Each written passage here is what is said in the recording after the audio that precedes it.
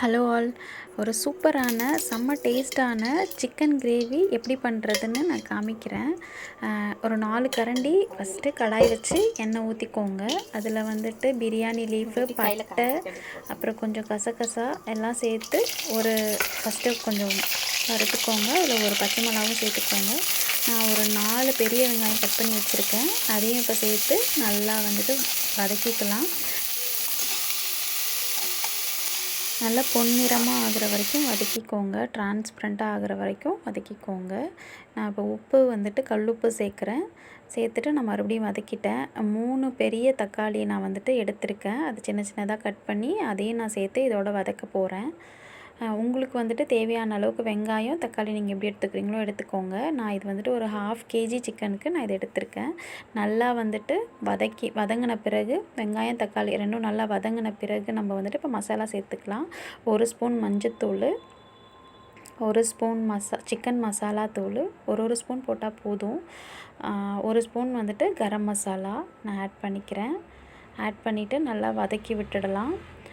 அப்புறம் நான் வந்துட்டு ஒரு 2 ஸ்பூன் வந்துட்டு இஞ்சி பூண்டு பேஸ்ட்டு ஆட் பண்ணுறேன்.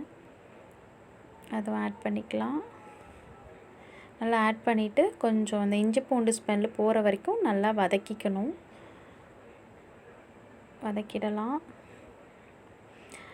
இது வதங்கின பிறகு அந்த ஸ்மெல்லு நமக்கு கொஞ்சம் போன பிறகு மிளகாத்தூள் வந்துட்டு சேர்த்துக்கோங்க. உங்கள் வீட்டில் எப்படி டேஸ்ட் இருக்குமோ, லைக் காரமாக வேணும்னா காரமாக, இல்லை காரம் கம்மியாக வேணும்னா நீங்கள் அதுக்கு தகுந்த மாதிரி சேர்த்துக்கோங்க தேவையான அளவு. எங்கள் வீட்டில் மிளகாத்தூள் வந்துட்டு ரொம்ப காரமாக இருக்கும், அதனால் நான் 1 ஸ்பூன் மட்டும் சேர்த்துக்கிறேன். சேர்த்துட்டு நல்லா வதக்கிட்டே அந்த கரண்டியை பார்த்திங்கன்னா அதோடைய மசாலா எல்லாம் நல்லா ஒட்டி வந்திருக்கும் வெங்காயத்தோட.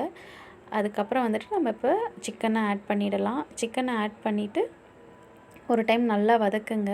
சிக்கனோட அந்த ஸ்மெல்லு போகிற வரைக்கும் நல்லா வதக்கணும். வதக்கிட்டு 1 டம்ளர் தண்ணி ஊற்றுங்க. நம்ம இப்போ கிரேவியாக தான் நம்ம பண்ண போகிறோம், அதனால் ரொம்ப தண்ணி வேணாம். ஏற்கனவே சிக்கனும் கொஞ்சம் தண்ணி விடும், ரெண்டும் கரெக்டாக வந்துடும். அவ்வளோதான்.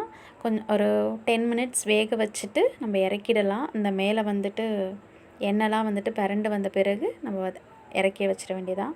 அவ்வளோதான், சிக்கன் கிரேவி ரெடி. இதை நீங்கள் சாதத்துக்கு யூஸ் பண்ணலாம், சப்பாத்திக்கு ரொம்ப டேஸ்ட்டாக இருக்கும்.